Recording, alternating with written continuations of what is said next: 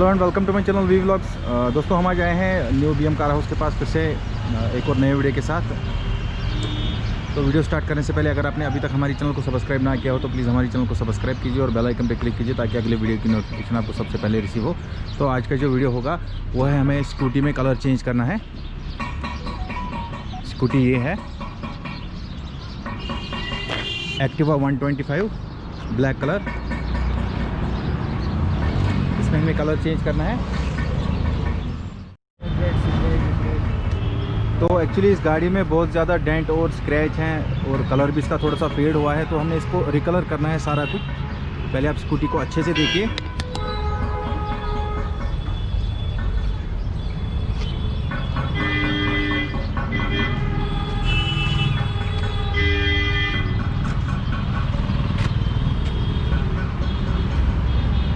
तो ये फिर उसके बाद बिल्कुल ही 2020 मॉडल लगेगी।